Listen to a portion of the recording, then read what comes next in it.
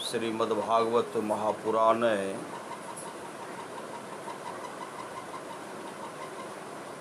पंचम स्कंधे अथ तृतीयोध्याय राजा नाभि का चरित्र।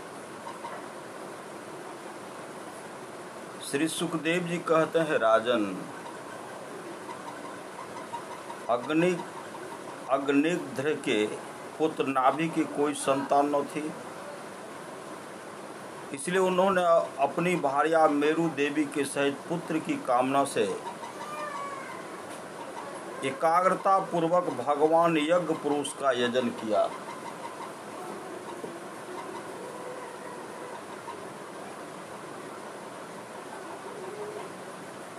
यद्यपि सुंदर अंगों वाले श्री भगवान द्रव्य, देश, काल, मंत्र, ऋत्विज,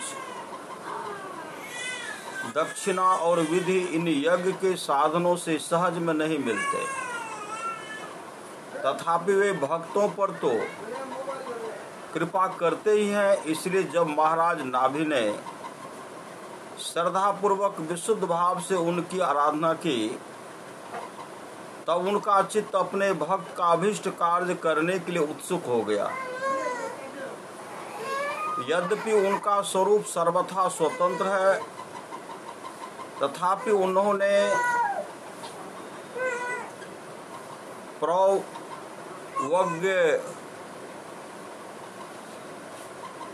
प्रवर यज्ञ कर्म का अनुष्ठान होते समय उसे मन और नयनों को आनंद देने वाले अवयवों से युक्त अति सुंदर हृदय आकर्षक मूर्ति में प्रकट किया। उनके श्री अंग में रेशमी पीताम्बर था, वक्षस्थल पर सुमनोहर श्रीवत्स चिन्ह सुशोभित था। भुजाओं में शंख, चक्र, गदा, पद्म तथा गले में वनमाला और कौस्तुभ मणि की शोभा थी। संपूर्ण शरीर अंग प्रत्यंग की कांति को बढ़ाने वाले किरण जाल मंडित मणिमय मुकुट, कुंडल, कंकन, करधनी, हार, बाजूबंद और नुपुर आदि आभूषणों से विभूषित था। ऐसे परम तेजस्वी चतुर्भुज मूर्ति पुरुष विशेष को प्रकट हुआ देख ऋत्विज, सदस्य और यजमान आदि सभी लोग ऐसे आह्लादित हुए जैसे निर्धन पुरुष अपार धनराशि पाकर फूला नहीं समाता। फिर सभी ने सिर झुकाकर अत्यंत आदर पूर्वक प्रभु की अर्घ द्वारा पूजा की और ऋत्विजों ने उनकी स्तुति की। ऋत्विजों ने कहा, पूज्यतम, हम आपके अनुगत भक्त हैं, आप हमारे पुनः पुनः पूजनीय हैं, किंतु हम आपकी पूजा करना क्या जाने, हम तो बार बार आपको नमस्कार करते हैं। इतना ही हमें महापुरुष ने सिखाया है। आप प्रकृति और पुरुष से भी परे हैं, फिर प्राकृतिक गुणों के कार्य रूप इस प्रपंच में बुद्धि फंस जाने से आपके गुणगान में सर्वथा और समर्थ ऐसा कौन पुरुष है जो प्राकृत नाम रूप एवं आकृति के द्वारा आपके स्वरूप का निरूपण कर सके। आप साक्षात परमेश्वर हैं। आपके परम मंगलमय गुण संपूर्ण जनता के दुखों का दमन करने वाले हैं। यदि कोई उन्हें वर्णन करने का साहस भी करेगा तो केवल उनके एक देश का ही वर्णन कर सकेगा। किंतु प्रभु, यदि आपके भक्त प्रेम गदगद वाणी से स्तुति करते हुए समान जल, विशुद्ध पल्लव, तुलसी और दूब के अंकुर आदि सामग्री से ही आपकी पूजा करते हैं, तो भी आप सब प्रकार संतुष्ट हो जाते हैं। हमें तो अनुराग के सिवा इस द्रव्य, काल आदि अनेकों अंगों वाले यज्ञ से भी आपका कोई प्रयोजन नहीं दिखलाई देता, क्योंकि आपके स्वतः ही क्षण क्षण में जो संपूर्ण पुरुषार्थों का फलस्वरूप परमानंद स्वभावतः ही निरंतर प्रादुर्भूत होता रहता है। आप साक्षात उसके स्वरूप ही हैं। इस प्रकार यद्यपि आपको इन यज्ञादि से कोई प्रयोजन नहीं, तथापि अनेक प्रकार की कामनाओं की सिद्धि चाहने वाले हम लोगों के लिए तो मनोरथ सिद्धि का पर्याप्त साधन यही होना चाहिए। आप ब्रह्मादि परम पुरुषों की अपेक्षा भी परम श्रेष्ठ हैं। हम तो यह भी नहीं जानते कि हमारा कल्याण किसमें है, और न हमसे आपकी यथोचित पूजा ही बनी है।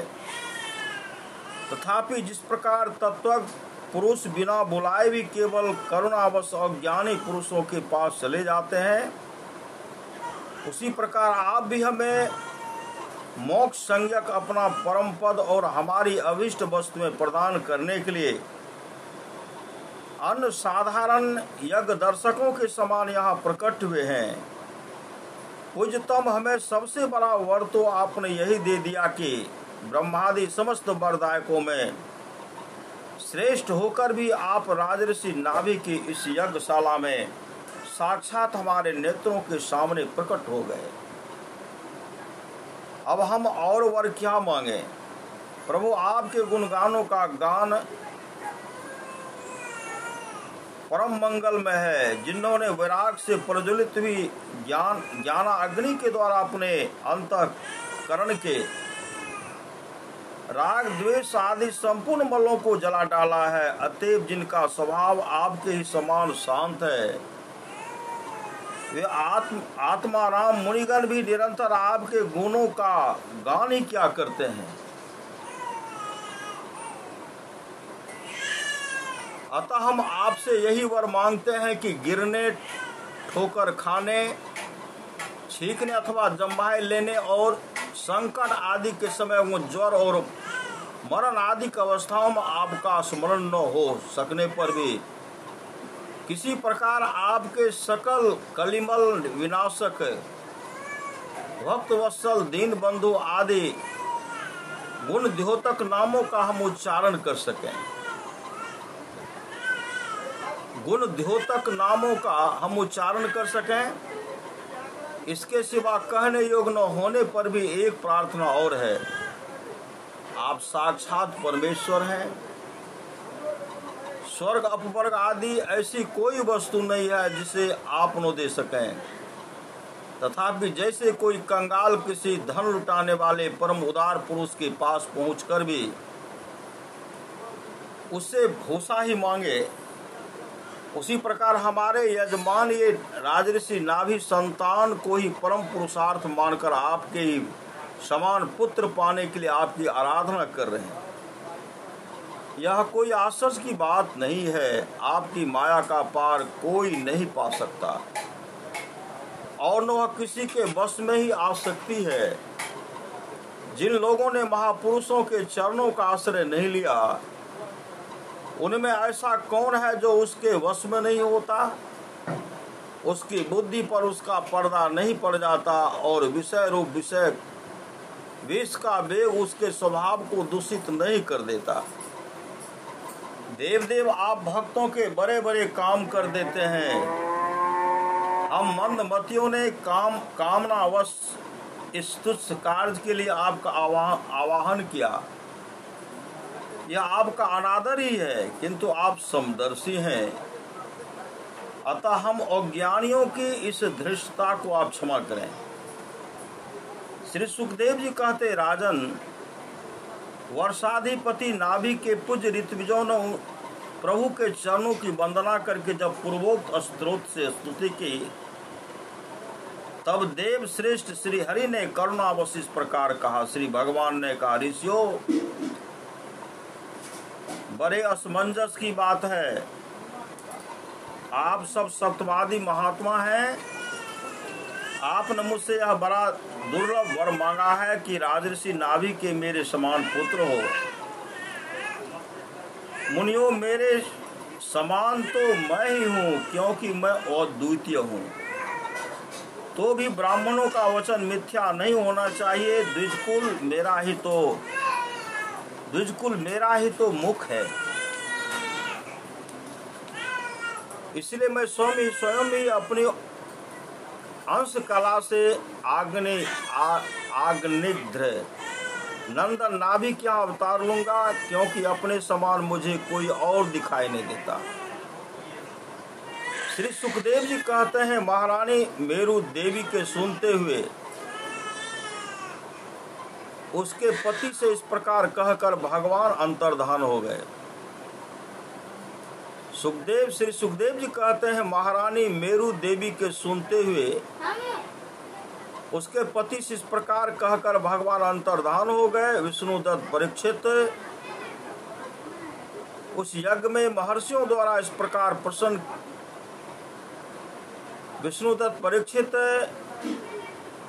उस यज्ञ में महर्षियों द्वारा इस प्रकार प्रसन्न किए जाने पर श्री भगवान महाराज नाभि का प्रयोग करने के लिए उनके रनिवास महारानी मेरु देवी के गर्भ से दिगंबर सन्यासी और ऊर्ध्वरेता मुनियों का धर्म प्रकट करने के लिए शुद्ध सत्वमय विग्रह से प्रकट हुए। इति श्री मद्भागवते महापुराणे पारमहंस्यां संहितायां पंचम स्कंदे नाभि चरिते ऋषभावतारो नाम तृतीयोध्याय। श्री सद्गुरु महाराज की जय।